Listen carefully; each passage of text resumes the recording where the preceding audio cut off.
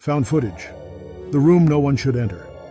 The camera shook in my hands as the screen lit up with gray lines and a faint hiss.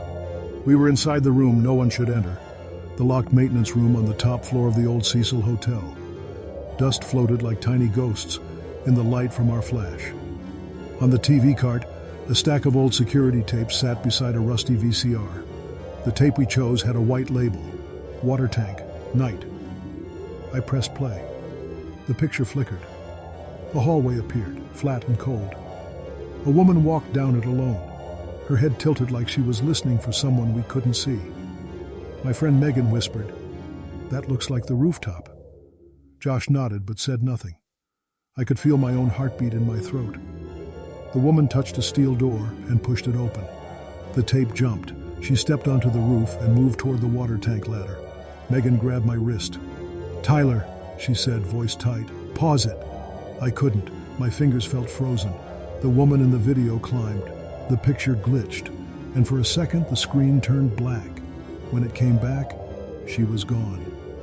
The camera view had shifted. It was looking at a heavy, square hatch. The hatch lid moved as if someone had just lifted it. The TV hissed louder. The tape glitched again. A new angle showed the maintenance hallway outside the very room we were standing in. We saw our own flashlight beams sliding along the wall, our shadows long and shaky. I stared, confused and scared. The screen was showing right now, us, moving toward this door minutes earlier. Then the picture pushed in, like the camera itself was walking, right up to the spot where our door would be. It stopped. The camera view turned. It looked straight at the locked handle from the hallway side. The handle began to turn. Behind us, the knob on our door clicked. We all froze. None of us dared to look back. The screen brightened, and something on the hallway side leaned into the crack of our door. The VCR squealed. The tape slowed and warped like it didn't want to show the next part. Air turned cold around my face, like we had opened a freezer. The smell of old water and something sour crept in. The door behind us pressed inward, steady and sure. I finally found my voice and whispered one word that felt too late. Run. 3 hours earlier, we were in my car on a quiet street in downtown Los Angeles, engine off, windows cracked. The Cecil Hotel rose ahead of us like a tall, tired giant. Its windows were dark. A few streetlights painted the walls in dirty gold. A city bus sighed somewhere far away. The night was warm, but my palms were sweaty on the steering wheel. We weren't thieves. We were urban explorers. We liked old places, empty places, strange places. We liked to take pictures and tell stories. But this place wasn't like the others. This place had real stories people didn't tell at night. "I say we skip it," Lily said from the back seat. She always wore soft sweaters and carried snacks in her backpack like a school field trip. "I don't like this one." "You never liked the scary ones," Josh teased from the passenger seat. He kept his camera in his lap and his hoodie up. He was brave most of the time, or he pretended to be. Megan reached forward from the back and tapped my shoulder. "Ty," she said, "we don't have to be stupid. We go in, we look, we get out, quick. If it feels wrong, we leave." "Agreed," I said. I meant it. But also the thought of turning around made my stomach twist. We had read about this place for months. We knew the facts. People had died here. People had disappeared. Videos from inside had gone viral. Some of it was legend. Some of it was true. None of it felt safe. We crossed the street. An alley beside the building led to a service door that someone had pried open. And years ago, it was still loose if you pulled it the right way. Josh worked the crowbar we brought just in case. The door gave with a soft break and a dusty cough. We slipped inside one by one, The air was stale and warm. It smelled like wet carpet and metal. Our flashlights cut through the dark like knives. Inside, time moved strange. It felt like we stepped underwater. The lobby was empty, its tall ceiling plaster cracked like a spider web. A long front desk stretched across one wall with an old bell on it. I wanted to ring it to break the silence, but I kept my hands to myself. We walked on our toes. Our footsteps sounded too loud anyway. On the second floor, we found rooms with doors half open, beds caved in, wallpaper peeling like sunburn. Lily whispered, "Why do people leave like this?" She pointed at a travel mug left on a windowsill, as if someone had gone to the bathroom and never came back. Megan took a photo. The camera flash made a bright square against the green walls. Then we moved again. High. The elevator shaft was open on the fourth floor, and there was no elevator inside, only a black drop. We stood back and shined our lights down. The beam didn't find the bottom. It felt like shining a flashlight into a throat. We kept going, sweaty and quiet, low. A hallway on the sixth floor had a window that actually opened. Cool air rolled in from the city. We leaned out for a minute and looked at the street far below. Cars moved like toys. Sirens hung in the distance, small and far. The city looked normal from here, like we were the only strange part. We took the stairs up, step by step, counting floors by the smell and the dust. On the top floor, the air turned cooler and carried a sharp scent like bleach that had gone bad. We found a short hall with only a few doors. One was painted gray and had a chain around the handle. A metal tag was screwed into the wood. Maintenance. Authorized only. Someone had drawn a skull next to it in marker and written "No." "Is this it?" Josh whispered. "It has to be," I said. My voice was smaller than I wanted it to sound. We put our ears to the door. Nothing. I touched the chain.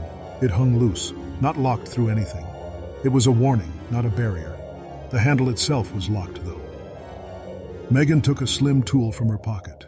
She could pick simple locks. She called it a party trick. It clicked faster than I expected, like the door wanted to open. The handle turned. The door swung in. We pointed our flashlights and stepped inside. It was not a regular maintenance room. It was bigger, like a small classroom. The floor was covered in old tiles. Shelves lined the walls with tools and cardboard boxes. A heavy TV on a rolling cart sat in the middle.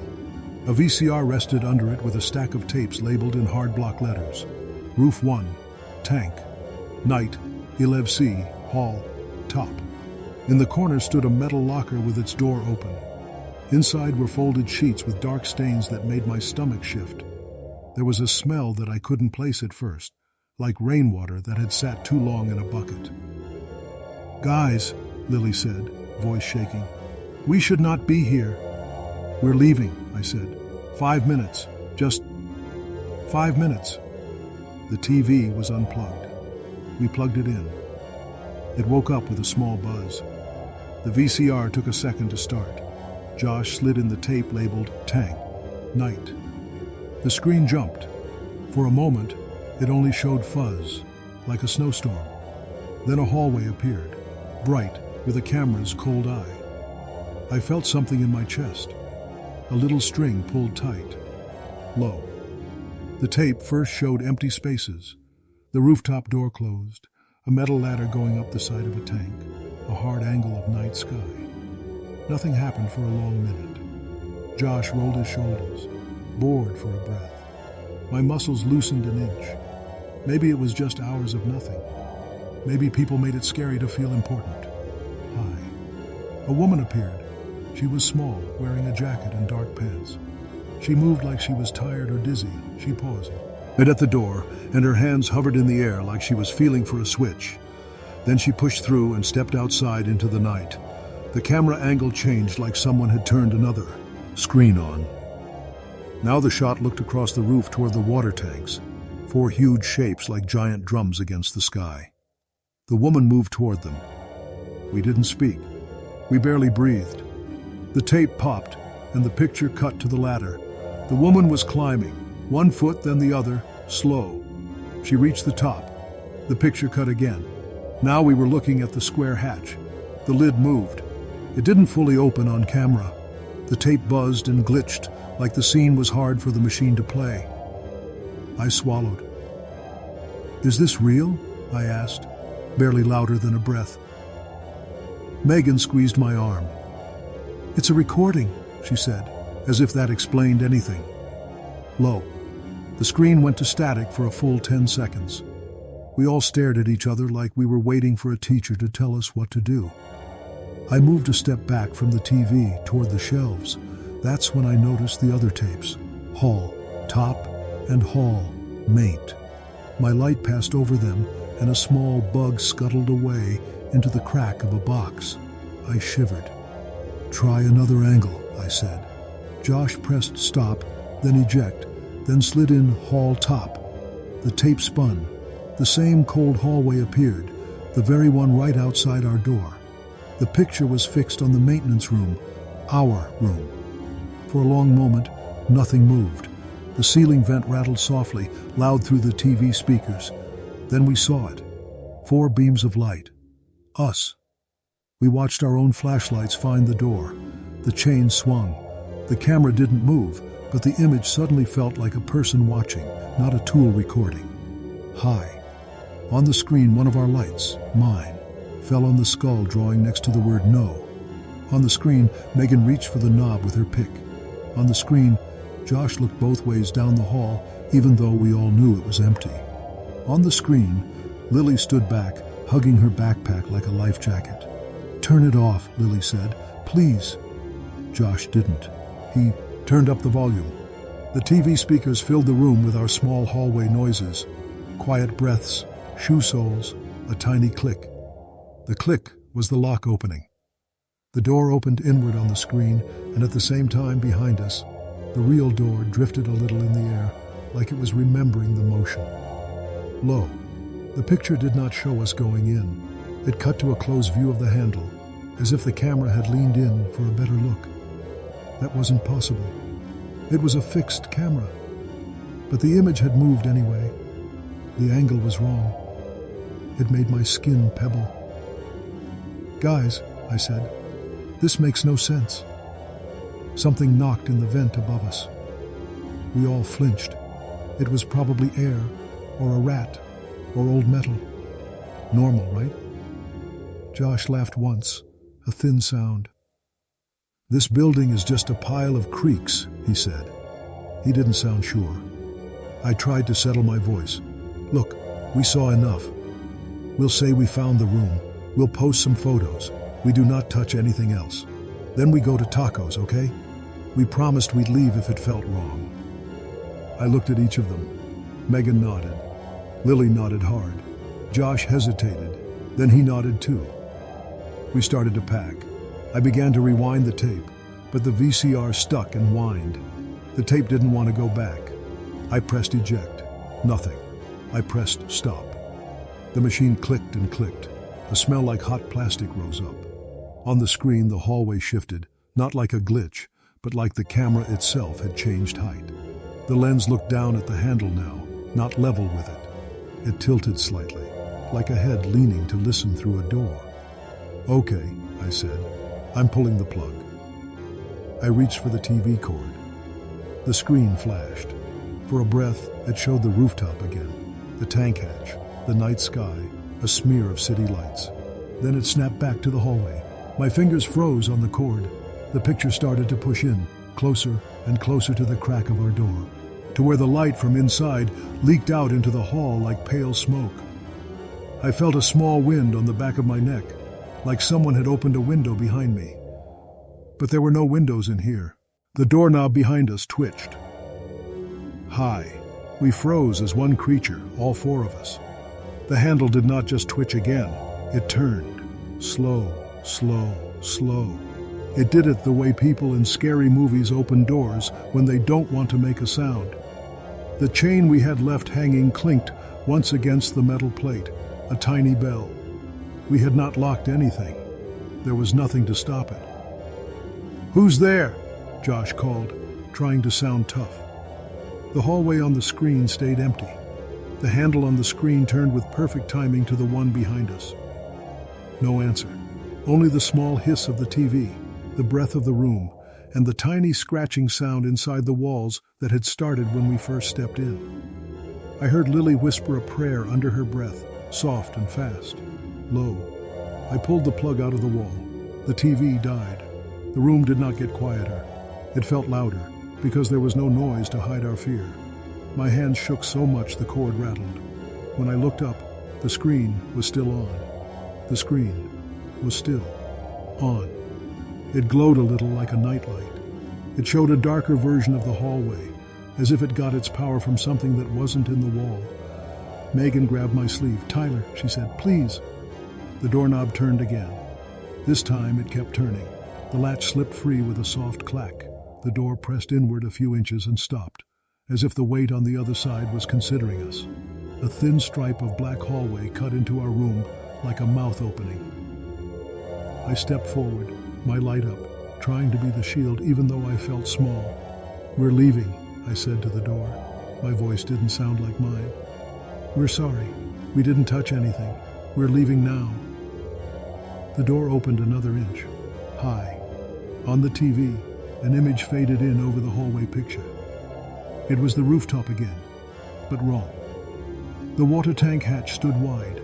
Water rippled in the darkness. Inside, a gentle circle, like something had just moved under the surface. A smear of a reflection passed across it. It looked like a face, quick and pale, then gone. The tiny hiss turned into a faint, wet sound, like water slapping metal far away. We backed toward the corner without deciding to do it. The metal locker stood open beside us with the folded sheets. The dark stains looked darker now. I told myself they were paint. Old paint can look like that.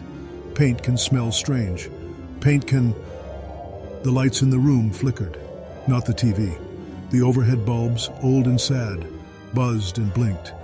The air chilled in a rush, like we had been standing in a warm room and someone opened a door to winter.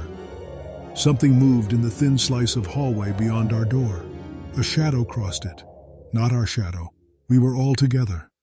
This one slid low and then rose up the wall like someone unfolding from the floor. Low. Lily made a sound like a hiccup. "Please," she said, "not to us. Please don't." Josh finally grabbed the door and tried to slam it shut. It pushed back. Not hard, but steady, as if the hallway had weight. He groaned and pushed harder. I ran to help him, throwing my shoulder into the wood. Megan grabbed the chain and tried to wrap it around the handle, but there was nowhere to anchor it. The door kept inching wider, like a mouth smiling. From the TV, a new sound rose. A low hum that wasn't mechanical, more like someone humming a tune with no words. Slow, simple, the kind of song you sing when you are alone and don't know someone is listening. It came from the hallway speakers on the screen, but also from right behind the door, soft and close. It was off-key. It crawled into my ears and made my teeth hurt. "Stop," I said. I didn't know who I meant. The humming stopped. The door stopped moving. The silence was huge. We held the door with our shoulders and our hands and the full weight of our fear. The TV kept glowing, the hallway picture ghostly and gray. The rooftop overlay faded, leaving only the view of the door, the crack of shadow, the empty hall. I thought maybe we had won. Maybe it was the wind. Maybe it was old pressure in the building. Maybe it was nothing. We could count to 3 and run. We could make it to the stairwell. We could be outside in 60 seconds. We could laugh, cry, never come back. That's when the thing in the hallway sighed. It was the saddest sound I had ever heard. Like a person who had been alone for a very long time and had finally met someone only to watch them turn away. It wasn't angry. It wasn't loud. It was just so tired. The sound pressed through the crack and around our legs and into our chests. I felt my eyes burn like I was about to cry. Lily actually did, her tears bright in the flashlight beam. The sigh became breath. The breath became words. The words were so soft I thought I imagined them. But Megan heard too, because she nodded once like she was answering a teacher. "Don't go," the voice said. "I have to show you something." And then, before we could move, the chain in Megan's hands pulled tight by itself and whipped through the handle like a snake. The ends locked together with a clack I felt in my bones. The door yanked from our grasp, swung fully open, and hit the wall with a crash that made the shelves rattle. Something tall and dripping stepped over the threshold.